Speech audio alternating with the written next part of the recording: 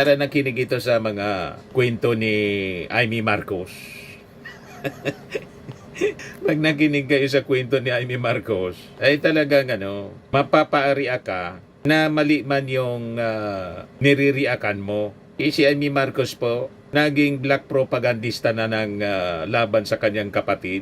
Sabi nga natin, naging toxic na po dahil sa pagdikit niya sa mga Duterte na toxic. Ayun, nahawa ng pagiging toxic. Di ba po? Si Amy Marcos yung nag-raise nito kasi doon sa allergic daw siya sa mga goro guarantee letter. Wala mang ganun po.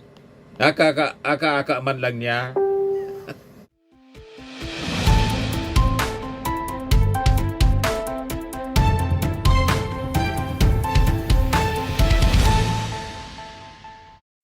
Hello po mga kababayan, si Dante Maravillas. Pag-usapan natin itong sinasabi ni Cardinal David.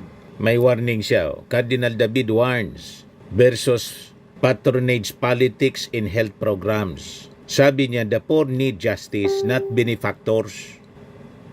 Tingin ko si Cardinal David, misinformed lang o nakikinig sa mga marites.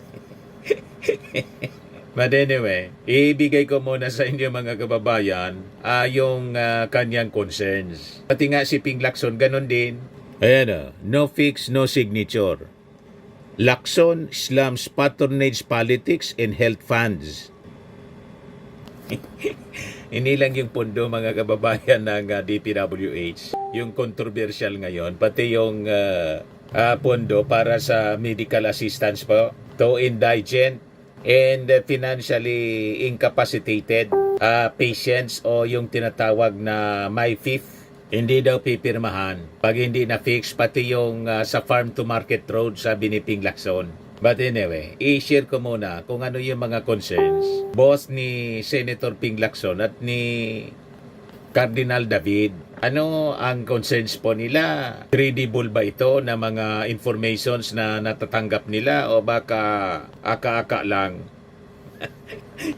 Diba? Kasi may sagot na rito yung Palasyo Malacanang. At kailangan pag-usapan natin ito. Baka exploit naman ito mga kababayan ng mga kalaban ng gobyerno. Lalo ng kampo ng mga Duterte na sige lang po ang hanap ng masisilip na diferensya. Diba? May magamit silang bala para manira sa ating administrasyon. So sabi dito, Cardinal Pablo Virgilio David has cautioned lawmakers against turning health programs into tools of patronage politics. Reacting to the expanded medical assistance to indigent and financially incapacitated patients or MyFIF program in the proposed 2026 budget, David criticized the system where beneficiaries rely on guaranteed letters from politicos to access medical aid. Para nakinig ito sa mga kwento ni Amy Marcos. Pag nakinig kayo sa kwento ni Amy Marcos, ay talagang mapapaariya ka na mali man yung niririakan mo. Si Amy Marcos po, naging black propagandista na ng laban sa kanyang kapatid. Sabi nga natin, naging toxic na po dahil sa pagdikit niya sa mga Duterte na toxic. Ayun, nahawa ng pagiging toxic. Di ba po? Si Amy Marcos yung nag-raise nito kasi doon sa allergic daw siya sa mga goro guarantee letter. Wala mang ganun po. Aka-aka man lang niya. Pinaliwanag po kanina, mga kababayan ng Palasyo Malacanang ni UC Castro, mamaya i-replay ko sa inyo yung press briefing, yung pagtatanong ng Malacanang press corps. Yan na itanong itong isyong ito mga kababayan. Sabi ni Cardinal David, the poor do not need benefactors. They need justice. He stressed that when assistance is delivered through political favors, it wounds the dignity of the poor and degrades public office. When public assistance is delivered through patronage, through discretionary lump sums, lists controlled by politicians and post-enactment intervention, it transforms rights into favors and citizens into supplicants, sabi po ni David. Healthcare is no longer delivered as a right flowing from need and citizenship, but as a favor mediated by political power. A classic system of patronage that turns illness into utang na loob, sabi po niya. May punto. Tama naman yung kanyang sinasabi ni Cardinal David. Hindi man dapat na kailangan pang may pirma mula sa mga politiko o endorsement, guarantee letter para maka-avail po ng mga serbisyo sa health yung ating mga mamamayan. So may punto siya. Kaya lang yung kanyang punto po at ang kanyang concern po, non-existent. Kasi wala mang ganun po. Sabi sa paliwanag kanina ng Palasyo Malacanang, wala mang ganun. Ganon din yung sinasabi ni Ping Lacson, hindi daw siya pipirma. Ayan si Ping. Sabi ni Ping, sorry, unless rectified in its final version, I cannot sign to ratify a BICAM report with 51 billion for my PIF with nothing but guarantee letters from politicians and is not compliant with the Universal Healthcare Act, sabi po niya. Ito yung medical, yung MyFIF, medical assistance to indigent and financially incapacitated patients. Pati daw yung farm-to-market roads, pag hindi inayos. Yung aayos niyan sila. Di ba? Yung mga members ng BICAM. So sabi ni Ping Lacson, further, I will not associate myself with the 33 billion spending for unplanned and unabated farm-to-market roads, sabi po niya. Lacson pointed this out after the Bicameral Conference Committee decided to increase the MyFIF 2026 budget to 51 billion and provide 33 billion for farm-to-market roads.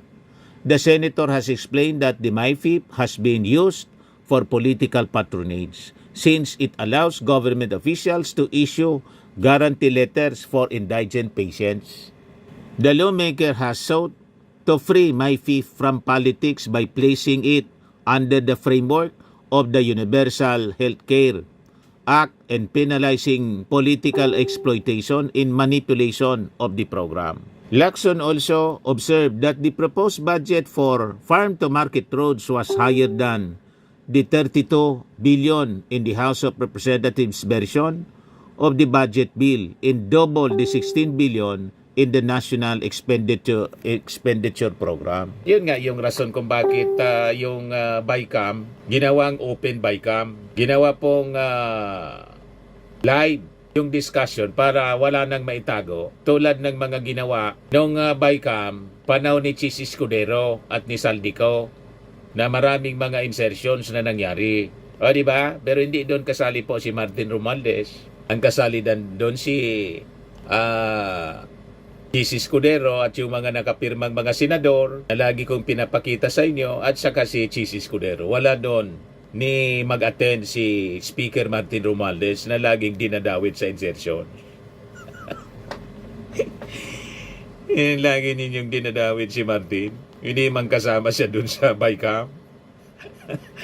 O, di ba? O ngayon, nagpaliwanag po yung Palasyo Malacanang kasi naitanong ang isyong yan. Pakinggan natin para hindi po magamit ito sa propaganda para masiraan yung Marcos administration. Ayan si Jose Castro sa pagtatanong ng Malacanang Press Corps. Hi, Yusek. Magandang hapon po. Yusek, ano po ang posisyon ng Malacanang tungkol dito sa medical assistance for indigents and financially incapacitated patients or MyFIP? Kasi may mga grupo and personalities including Shelo Magno and Cardinal David na kino-question itong pagtaas pa ng pondo na nakalaan para dito sa MyFIP because for them, it's like a violation of human dignity dahil parang binibigyan pa ng utang na loob from the politicians. Ano pong posisyon ng Malacanang? Ang plano po kasi dito ng DOH ay maiangat at maitaas po ang budget ng MyPIF dahil po ito ay para mas matugunan po yung zero balance billing sa LGUs. May mga hospital po dito na hindi po kaugnay ng DOH hospitals at nais pong palawakin pa ang serbisyo sa ating mga mamamayan sa pamamagitan po ng pagbibigay din po ng zero balance billing sa LGU hospitals. Hindi po ito idadaan sa mga politiko. Ito po ay manggagaling din po sa DOH. Malinaw na. Hindi dadaan sa mga politiko. Manggagaling ito sa DOH na hindi man po mga politiko ang nandyan sa DOH. To the LGUs, yung mga hospitals, yung mga LGUs. Malinaw na po, Cardinal David, saka Senator Ping Lacson. Ituloy natin, mga kababayan. So mukhang malabo po. Is it safe to say na malabo na i-veto ni Presidente ito like yung mga panawagan ni na Shelo Magno? Hindi po kasi dadaan sa mga politiko ang pondo na ito. Didiretso po ito sa local government units, sa LGU hospitals, at ang magpapatupad din po Diretso nito sa ay LGU DOH. Hospital. Ma'am, pahabol lang po yung sa farm to market. Hindi dadaan po sa kamay ng mga politiko, nasyonal, lokal. Diretso from DOH to LGU Hospital. So anong problema ninyo doon? At diretso sa mga pasyente, mga indigent patients. Ano pa yung masasabi ninyo? Nakikinig kasi kayo doon sa mga chismis na pinapalabas ni Amy Marcos. O, di ba? Ito si Amy Marcos na mahilig mag-intriga. May pangiti-ngiti pa, pero ngiting aso. Public Works ng 141, pero ganyan lang kaliit. Wala pang 1/3 page. Kaya hindi namin maintindihan. Ganyan lang kaparanggot. Kapiranggot. Diyos, ewan ko. Kasi bakit si Secretary ngayon nagpaparestore? Siya nagpapaklas dati, ngayon nagpaparestore. Nako, ano ba? Akala ko babae lang ang papalit-palit ang isip. So, kung anong gagawin doon, ma'am? Doon sa request na dagdagan sila ng No idea. Kaya siguro kasalukuyan nagkakalkos, postpone yung 2 o'clock, maging 3 o'clock. Intrigador po itong si Amy Marcos. Eh, ma'am, yung ano, yung MAIP komportable MAIP. kayo? Hirap na hirap. Ano ba talaga? Ma'am, yung 51M ng MAIP komportable kayo doon? Tignan natin anong sistema. So, kailangan pa ng safeguards, ma'am. No? Ha? Kailangan pa po ng safeguards. Ako kasi radical arm ako, ayoko man ng GL. Tigilan na yung guarantee GL guarantee letter. Pilipino na magpagamot at hindi kailangan manikluhod sa sino mang politiko. Asiwang-asiwa ako pag hinihingan ako ng GL kasi may case sila doon. Ba't magmamakaawa pa? So, with the 51B na ma'am approve ng BICAM, Siya man lang nang intriga na kailangan ng guarantee letter po. Allergic siya doon. Wala man ganun po. Siya man lang nagpapakalat ng ganun na kwento para mangintriga.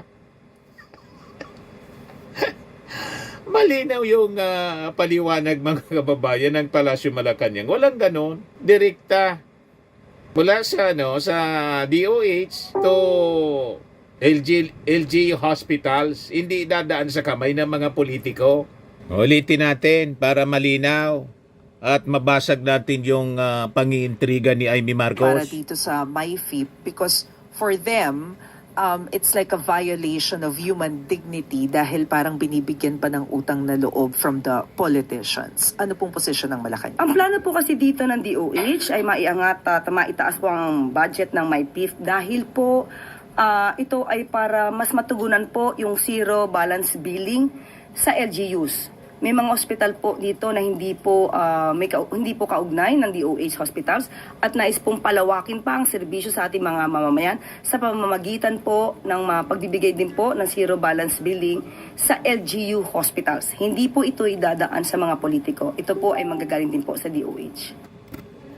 Hindi dadaan sa kamay ng mga politiko. Mula DOH to LGUs na mga hospitals para maibayad sa mga pangangailangan bill sa hospital ng mga pobre na pasyente. Zero billings para wala na silang bayaran. Ano kayo ngayon? Ginagawa ninyo ng intriga, ng kwento. Itong kwentong ito ni Amy Marcos. Ito ngayon yung sinasabi ni Cardinal David. Misinform ko po kayo. Huwag kayong nakikinig kasi. Makinig kayo sa kwento ng Malacanang. Hindi sa kwento ng intrigador na kapatid ng presidente na si Amy Marcos na punong-puno ng galit ang puso. Pag ang tao punong-puno ng galit po, wala. Ang mga binibitawan niyang salita may lason. Ano ba po? Punong-puno ng lason ang mga binibitawang salita ni Amy Marcos. So mukhang malabo po. Is it safe to say na malabo na i-veto ni Presidente ito like yung mga panawagan ni na Shelo Magno? Hindi po kasi dadaan sa mga politiko ang pondo na ito. Didiretso po ito sa local government units, sa LGU hospitals, at ang magpapatupad din po nito ay DOH. Sa farm road kasi concern din po na ipinarating nila na baka mamaya yung farm to market road inilipat lang sa DA from DPWH but the corruption is still there unless maglagay ng mas matinding oversight.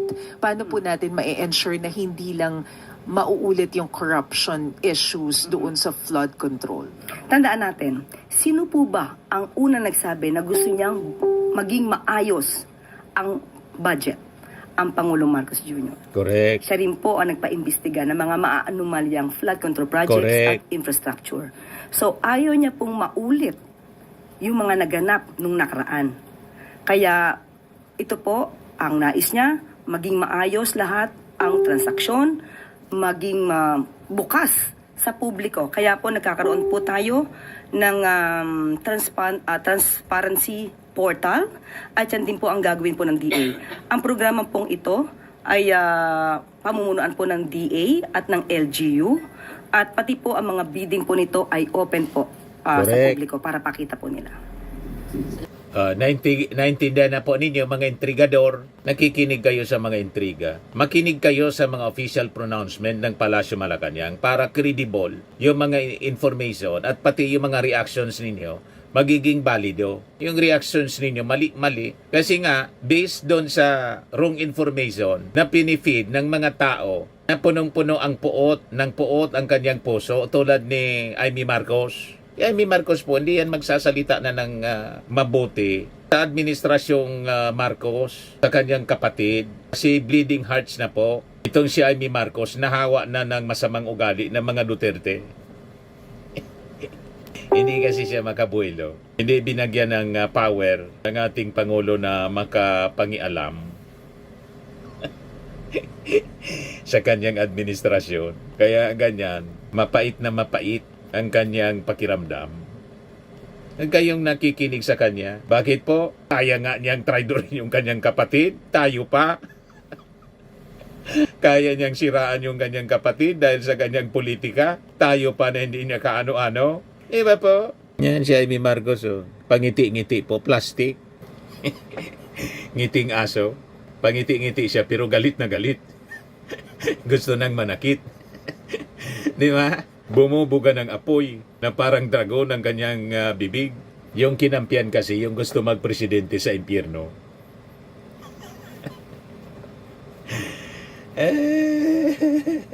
Ngayon, nagkasabit-sabit na. In-expose mga kababayan ng sariling dating bagman, si Ramil Madriaga. O di ba? Durog na mga kababayan yung kanilang politika. Sa mga naghanap ng malinis and spacious fitness gym, pumunta lang po kayo sa aming Colossal Fitness Gym. We also offer Grab Car Rental with our brand new 2023 model ng Toyota Innova. We also accept booking for those who are planning to travel via PAL, Cebu Pacific, and other airline companies, local and international, and bills payment for Meralco Bills, PLDT, Aleco Bills, etc. Ang Colossal Fitness Gym is located at 3rd floor Security Bank Building, Landco Business Park, Legazpi City, Albay. For inquiries, look for Chilon Maravillas. Contact number 0966-802-0949. Yan yung aming Innova. Lagi na pong matao sa amin. Pati mga foreigners po, tingnan ninyo. Mga British tourists sila. Ang lalaki ng katawan na, mga kababayan, nag-gym sa amin. Ito naman po, international. Ito mga mga European sila. Ito naman yung bago naming product na binibenta online, Eye Glow Serum. Whitening po siya galing sa South Korea. Tingnan ninyo yung epekto sa aking anak na architect entrepreneur, Riz Maravillas. For inquiries, look for Riz Maravillas on FB. Ito naman po, Fairmax Firming and Lifting Cream, pinapahid po sa mga pulses and affected area. Ayan po ito sa mga pains at paninigas na mga kaso-kasuan. Ito po, Automax Radiant Serum. Sa mukha naman yung application. Anti-aging po siya. You will look 10 years younger than your age. Ito naman po yung bagong product naming binibenta online. I am Worldwide Amazing Pure Organic Barley Powder Drink Mix from Australia. Endorsed by cancer survivor actress Maritoni Fernandez. Mainam po siya sa mga cancer patients at for cancer prevention na rin po. For your orders and inquiries and sa gustong magnegosyo, mag-message na lang po kayo sa aking anak na architect entrepreneur Riz Maravillas. Sa mga naghanap naman po ng mga imported bags, mahilig sa mga imported bags and wallets, magdiretso na lang po kayo kay Ma'am Eileen Rosales, Eileen Closet, naka-base siya po sa Amerika.